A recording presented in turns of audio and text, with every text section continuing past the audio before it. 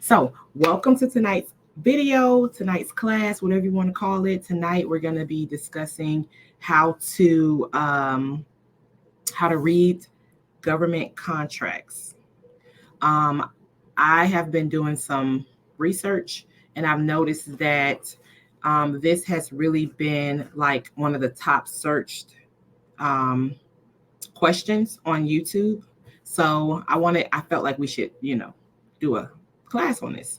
So tonight I want us to just explore some different opportunities and go through um, the solicitation so I can show you guys how to really kind of break it down into pieces. So, Hiawatha, since you're on here, okay, great. So since you're on here, go ahead and give me like a NACE code or something, an example of what you've been looking at so that we can just kind of, I can share my screen and I can kind of break it down. And while you're doing that, I'm going to go to SAM and get prepared. Nope, don't need to sign in. Advance.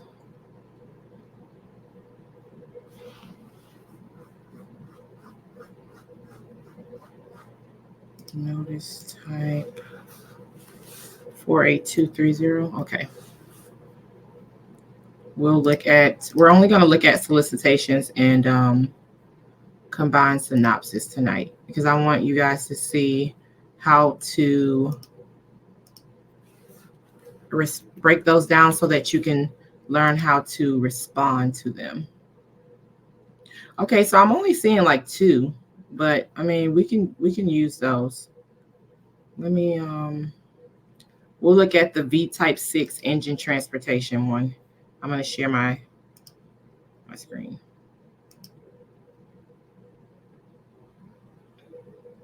Okay, I'll look at that one next. So this is V type 6 engine transportation. It's a combined synopsis. It's a total a total small business set aside. Underneath specialized freight, place of performance is Oregon. Description typically gives us an overview of the services that's required. Sometimes they put everything in a description, which it kind of looks like they did here, but there's some documents as well. So I'll start up here since we have some information inside of the description. So it says that transport agency owned type 6 fire engines or equivalent vehicles from designated pickup locations in region 6 to designated drop locations in region 8.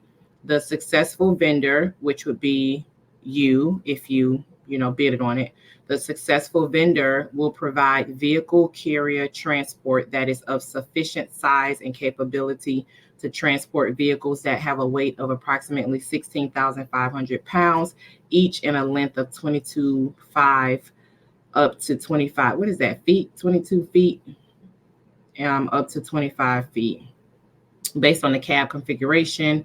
Blah blah blah. The successful vendor is responsible for loading, security, delivering the vehicles to the designated drop-off location. So it sounds like you're going to be transporting vehicles. It's telling you the value of each vehicle, and the reason they're telling you that is because they want to make sure that you have insurance enough to cover any damages or loss pertaining to their property. There's a criteria here that you have to follow all the USDOT rules and requirements. And then it looks like they added questions. There was a Q&A. So each solicitation that is put out, there should always be a Q&A time frame. It basically allows the vendor, or also known as the contractor, to be able to ask specific questions. And they have to give you a deadline for when those questions are due. After that deadline, they're not at it's up to the contracting officer if they want to allow questions, but typically they don't, because they have to be able to provide answers to all of the questions that they received at that time. So typically they'll give you some time to provide your questions, and then they'll give about 7 days before they give you the responses. So it looks like here that this was just updated yesterday, and the amendment was to add the questions to the solicitation. So someone asked, what's the height of the item? Are there ramps at the pickup and drop off location? What type of trailer do they require? Which they're pretty much giving you full reign. Like, they're not telling you what you have to have. They just said that you have to determine the type of trailer that will be suitable to transport the vehicles. They're asking, can the equipment be delivered? What are the payment terms? Do we make payments through Syncada? I guess that's one of the platforms that they may have used, but they're saying, no, you have to go through the invoice processing platform. So let me just kind of highlight this portion. Most payment terms or most invoice processes are pretty much outlined by your agency. So for example, for the VA, they will use a invoice platform called Tungsten. And so you would have to get registered as a vendor inside of that platform so that you can be able to submit invoices to the government. So inside of your solicitation, it will outline what platform they use. So you need to make sure that you understand or identify what the platform is, and then take the appropriate steps to register your business, because sometimes you can experience delay in getting your business registered in their platform. And that could, if you have an invoice that's coming up, that could delay you being able to submit your invoice on time. I know when I got registered in Tungsten, it took me, we were actually it was in the middle of COVID, and they were also in the middle of like changing over, or they shut down. It was like around Memorial Day. They shut down to do some type of training. It was like a worldwide shutdown, but I had just started a contract and I couldn't get into the system. So it took almost 30 days before I could get in the system, which by then I was pretty much ready to submit an invoice. So just keep that in mind. So the attachments that they have on here is the amendment, which is the questions. The original one that was uploaded on the 2nd is typically the solicitation. So we're going to open that. You can sign up. Yeah, you can sign up if you're planning on bidding, and if you're planning on going after these types of contracts underneath this agency, because if this agency, if this is the payment platform that they use and you're planning on going after more opportunities, then yeah, it won't hurt for you to look into the instructions. It's at the invoice. Let me go back. The invoice processing platform. So I would just look. It should be in the solicitation. We'll take a look. Let's look here. So here is the solicitation. So first thing that I'm going to do is I want to know about the, I'm trying to zoom it, make it larger for you guys.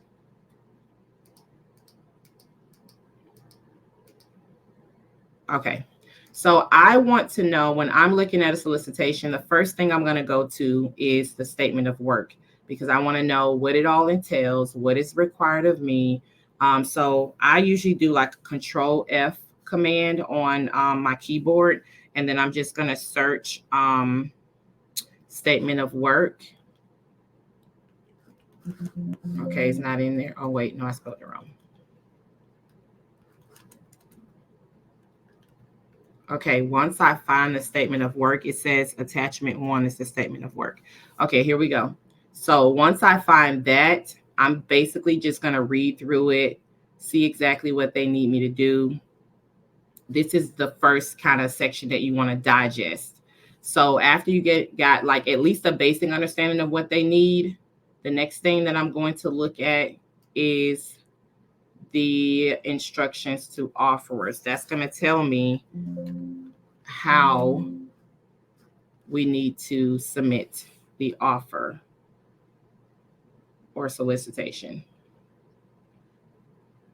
Okay, so right in here. So once you got an understanding of what they need, Okay, so for example, have you already reviewed this contract already? Do you have an understanding of what they're asking for? Do you have the insurance? Are you going to is this something that you're planning to sub out? Okay, are you going to sub this out, or are you looking to provide this yourself?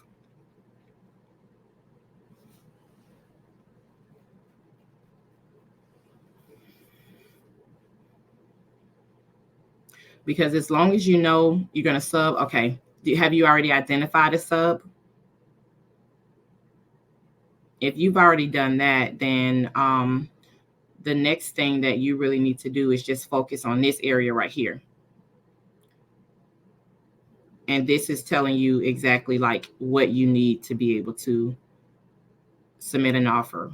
Wait, no quotes. Okay. So after you get your quotes, then you know that, well, first, before we go here, I'm going to go to the price schedule because I want to know like how they're going to break this down. So the price schedule is right here. It tells me that they are looking, line item 1 says that they are looking for this to be transported from Redmond, Oregon to London, Kentucky.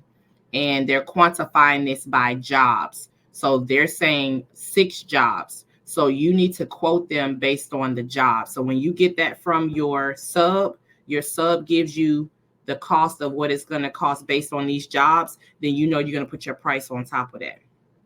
And then that is what you will put here. I call it the government rate. Your government rate is the all-inclusive rate with, what it would cost you for labor, meaning your sub. And then any, after you've calculated what your cost is, which your cost should be a compilation of your expenses and your profit minimally. They mean 6 trips. Well, hold on a second.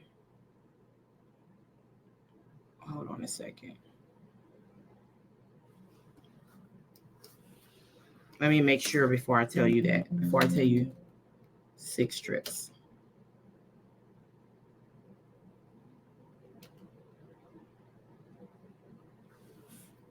Okay, so what right here, description of requirement, transport agency owned type 6 fire engines. So they're counting each engine as a job.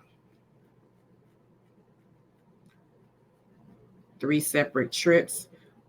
No, so they're counting these as each of them are counting as a job. You're picking up each transportation agency owned, type 6 fire engine. It looks like 6 fire engines.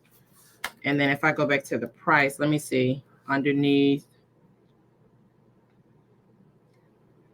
they want you to go from East, hi Sharon, East Wenatchee, Washington to Elmira, oh Jesus, Louisiana. Let me see what those are.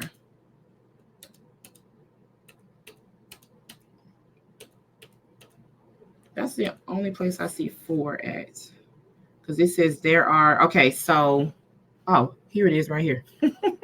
There are 14 type 6 fire engines or equivalent vehicles located at 3 different origins and must be delivered to 3 locations. So you were right, 3 different locations. There's 14.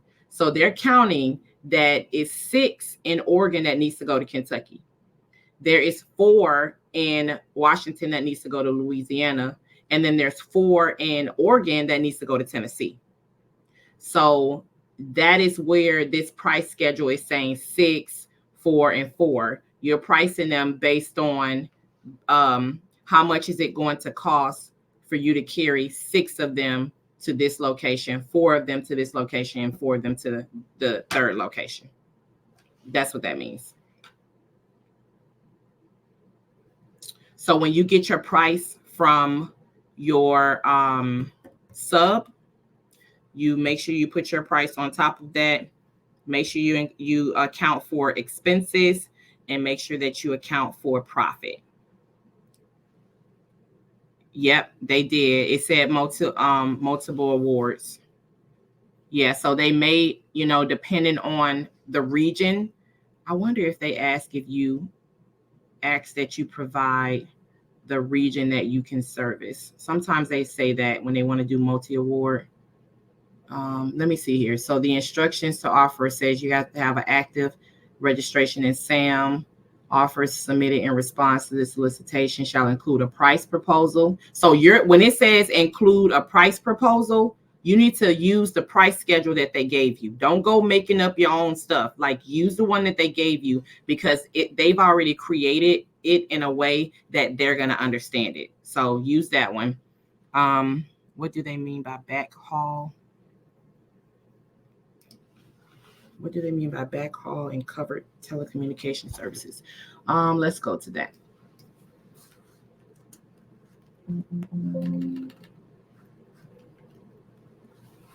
All right, backhaul. Well, let's go up a little further so I can make sure. Okay, so this applies to if you're going to be providing certain telecommunications services. You only have to complete this if it says the offeror shall not complete the representation at paragraph D1 of this provision. Where's D1?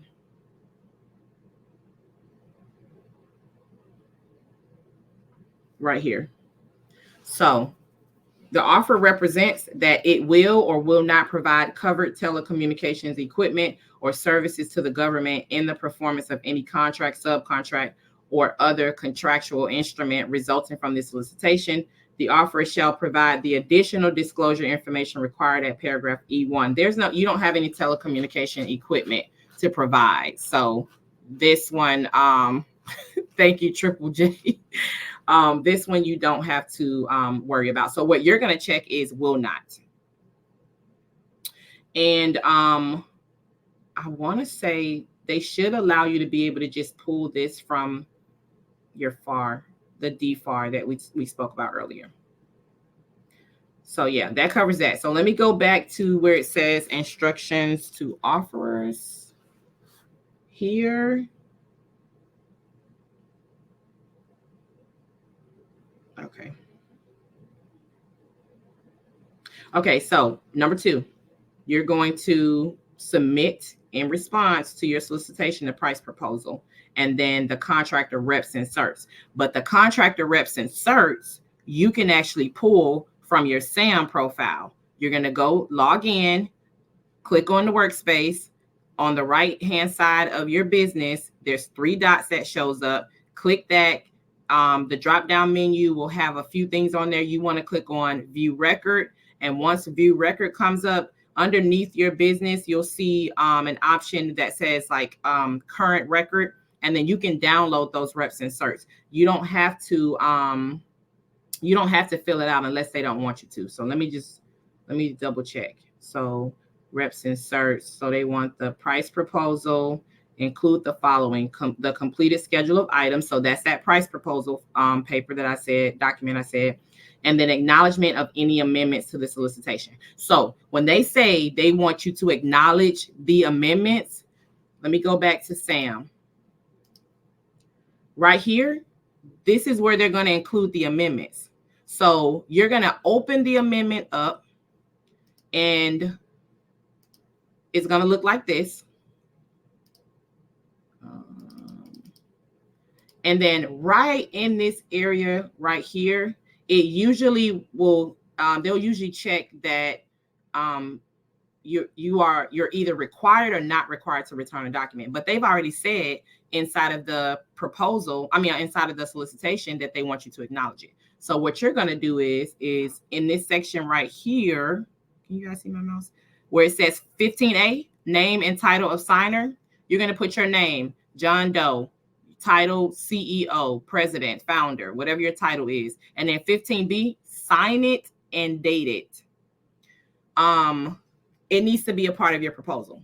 So how your proposal will be structured, like we talked about in the basic components of a proposal, you're going to put your company, I'm having a brain freeze. What is it called? What is it called, y'all? Cover letter, company cover letter, company profile, capability statement, reference sheet if it's required. Remember, that one's optional. But if you don't put the reference sheet, the next thing that comes after the capability statement is going to be your standard form 1449, which is, well, let me see if they have it in here.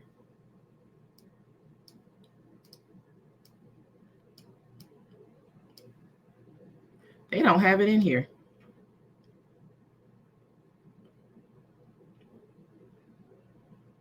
That's weird. Okay, hold on. Nope, they don't have it in here. So since they don't have it in here, then the next thing you're going to do is put that amendment instead of the SL 1449. So with your signature on there and the date, put the amendment, and then the next thing that you should put is that price schedule document with your numbers completed. And when you put your pricing in, they don't like when you, like, let's say you're charging them $125, so it's like 125.75. Only put 125 and then the 2 digits after the decimal. Don't put 125.72599604567. They don't like that. Only 2 digits behind the decimal. Okay.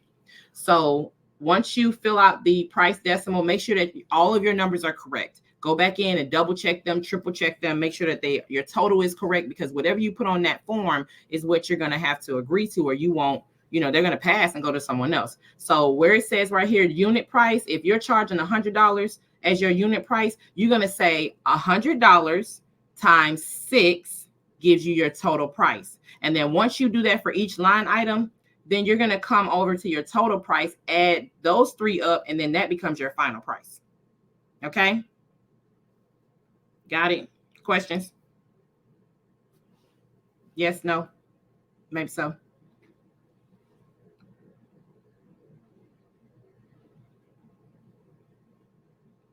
Let me go down.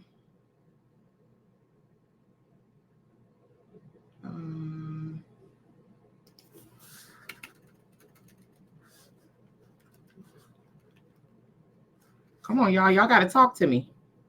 Y'all have any questions?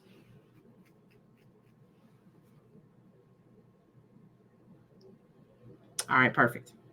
Okay, so after the price proposal, that document, you want to add in your reps and certs.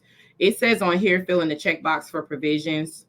So, and include a copy. So they actually have on here the ones that they want you to complete. So I would just go in, you could like copy that, and sometimes they just want a quote, and then, but this one doesn't look like it's a RFQ. Oh yeah, it is a RFQ. Yeah. I mean, yeah. Sometimes I've seen one where they only want you to fill out like one page. And in this case, they want, I mean, it's not a lot that they want from this one though. I've seen like the solicitations that I respond to, we have to give like technical capability statements. I mean, like 10 pages sometimes. So this is on the easier side. All they're really asking you for is for you to acknowledge the amendment, to fill out the certs. Fill out the certs, and to give them the price sheet. So in a sense, they really are just asking for a quote.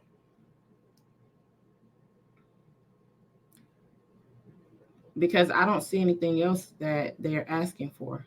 Yeah, after you do the reps and cert, then you're just going to submit this over. They want you to email this guy and this guy.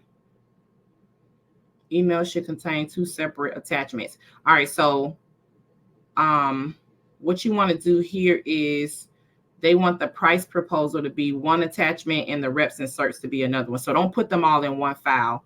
Download your price proposal as one, and then download your reps and certs as another one. And they said you can do it in Microsoft Word, Excel, and Adobe, but I would just rather do PDF.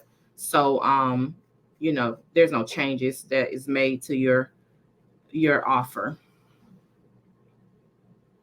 Yeah, so that's pretty much it. That one was actually pretty easy compared to what I've seen. So these are the reps and certs. This one is really easy. They already highlighted what they want you to fill out and everything. So yeah, make sure that you search out those FAR rigs, like this one right here, that 52.204-24, and then you just include it in the proposal. Fill those out. Yeah, they've made it really simple. So yeah, when is this one due? It's due on the 8th. You got 2 days. So I'm gonna need for you to like maybe interview some more people to see, because you got to meet this deadline. They're not going to accept this quote after that due date. So you got like a day and a half.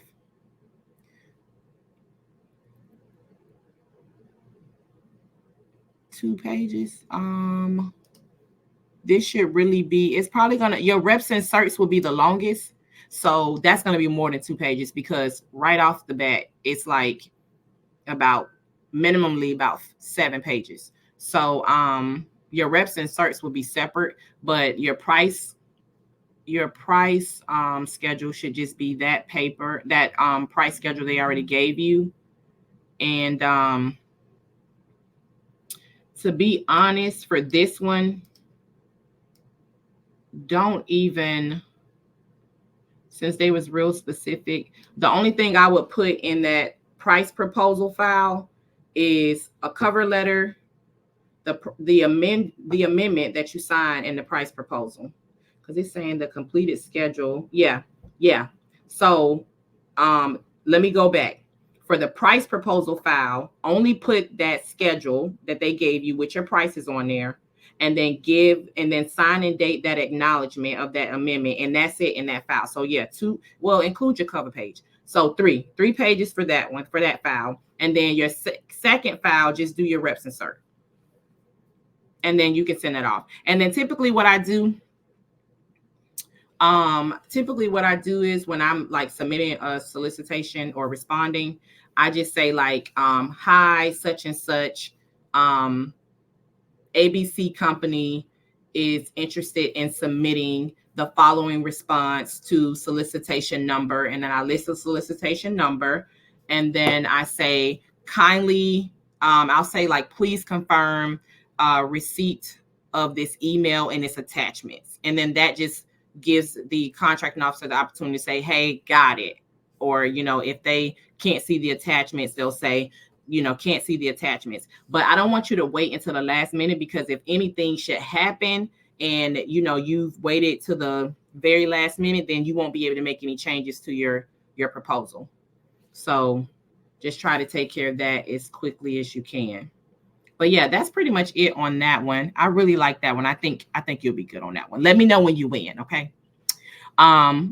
Sharon, you said, what do they mean by certifications? So inside of your registration with SAM, they give you, they assign certifications based on the questions that you answer, as it relates to your business. So the certifications are already attached to your business, because you have an active registration. You would just go in and since they want him to complete these, to fill them out, you would just go in and answer the same way that you did inside of SAM. Yeah. They say start 2/16, finish 2/14. How long would they take the invoice? Okay, good question. Let's go to invoice and see what they say. I don't see anything in here about invoice, so we'll put in payment. Okay, so there is a clause right here where it says providing accelerated payments to. Okay, now that has to do with your subcontractor. Let me see here. Let's keep going. Let's see here.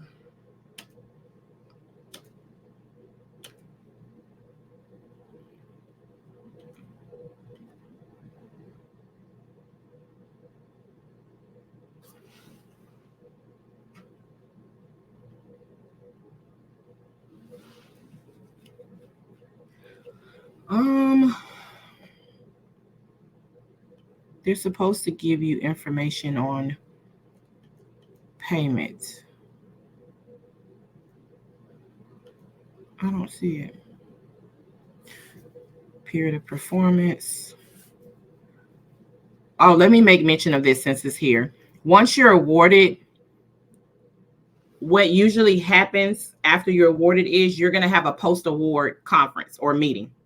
If that contracting officer doesn't set up a post-award meeting, ask for one, because you want to be able to just kind of like do a meet and greet, go over the, any pertinent things on the contract that you need to discuss at that time. Like, they should always be giving you a post-award conference. Like, it's a part of the FAR. So sometimes you have to remind them because they're lazy, but you ain't hear from me. So make sure that you get that schedule. And it's usually like, it's not in person unless they specify that. It's usually like on Microsoft Teams, because that's the system that they use. But I don't see anything here about payment. So, and the Q&A already passed, but let me go back and see. I know they shared something about payment terms. Refer to the solicitation document for payment terms. Okay, I'm gonna go back and I put in payment. It barely popped that up.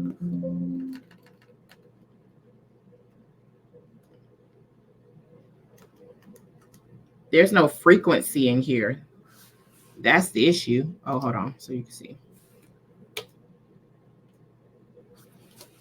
If unobligated funds in the amount of $1,000 or less remain in the contract, showing modification for deobligation. I don't know. This one, I don't know.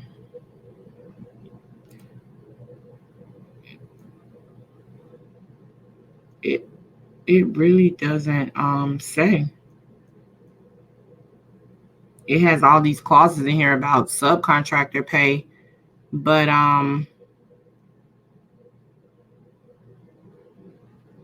this is dealing with auditing or just keeping on file.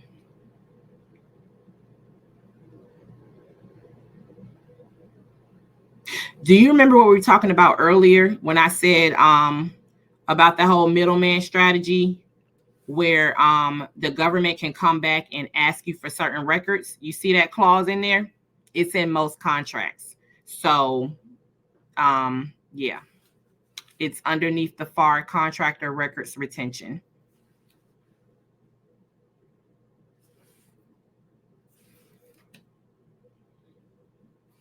I don't know. That's a really good question. This one is very vague.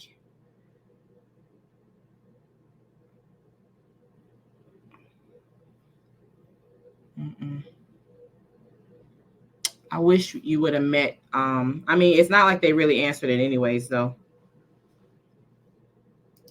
But typically, standard is 30 days.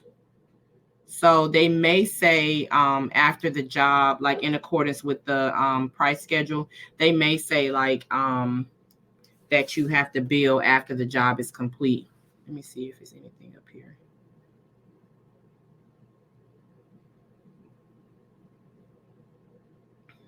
Multiple awards. It just says contractors may submit pricing for all items. That's about it. Yeah, that's one question that I would ask, once you're awarded. We're just gonna go ahead and speak it. Once you're awarded, that's the first question that you need to ask. When are we able to submit invoices? Can it be submitted after each job is completed? And just go from there and see what they say. So yeah. Oh, so I'll just send an invoice one. Yeah, you'll send it through that platform. They're through invoice processing platform. Which, if it's like Tungsten, it's pretty simple. Typically what I do when I'm starting a new contract, Tungsten allows you to set up templates. So I'll go in and I'll just set up a template based on what I'm going to build them. And then that way, when it's time, it's easy for me to just kind of log my information in and, send it off. And it'll go through their system. They'll receive it fairly quickly and then pay it out, or certify it, and then it has to be paid out.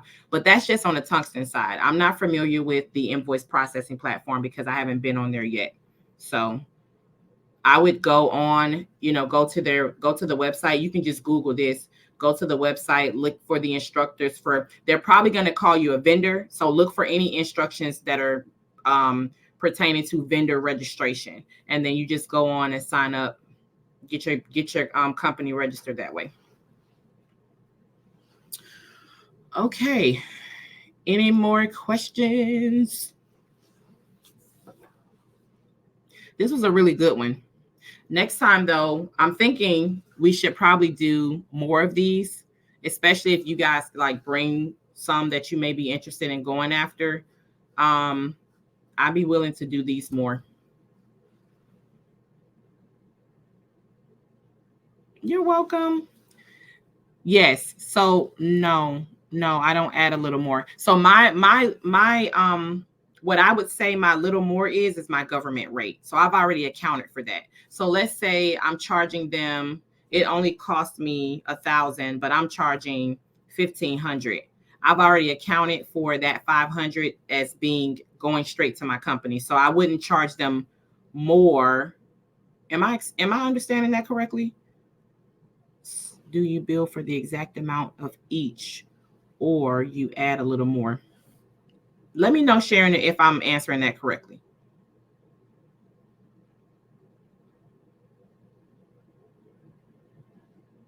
And are you referring to this solicitation?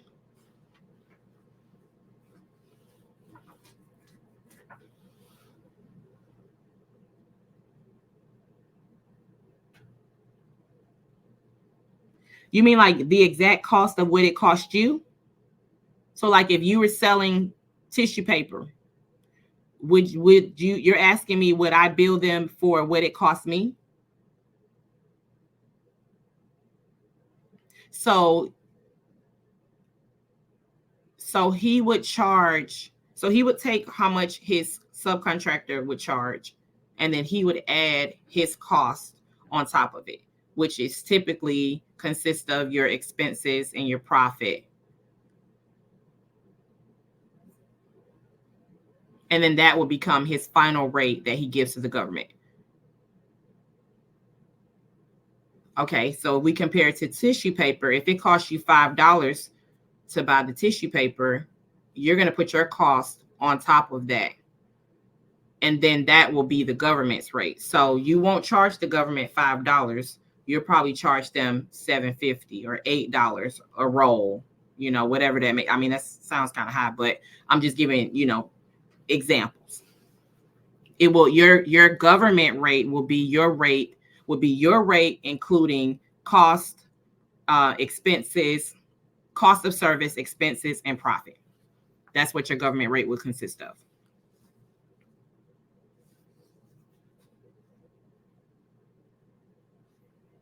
Okay.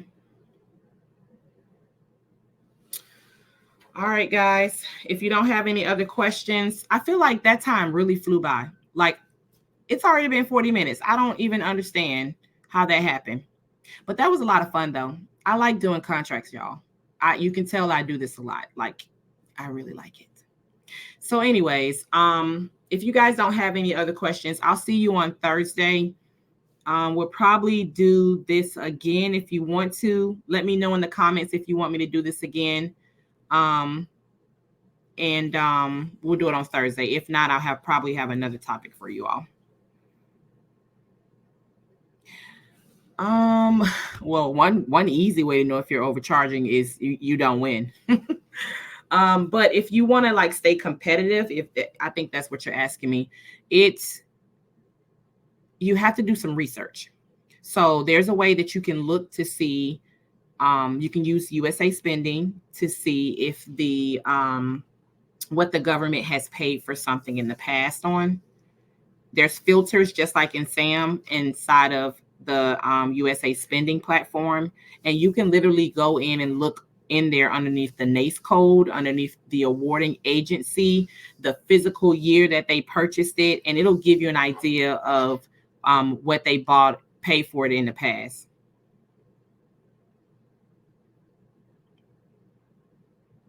Well, I mean, if it's the first of its kind, then it may be coming back out, you know.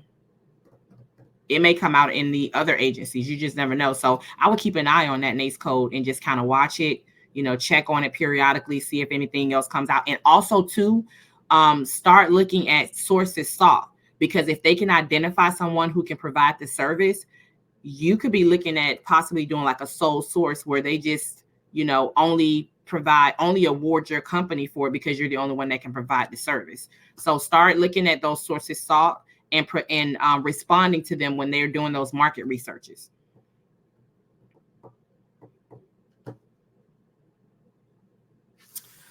All right, guys, I'll see you on Thursday. Have a good evening or morning or afternoon whenever you're watching this. Bye.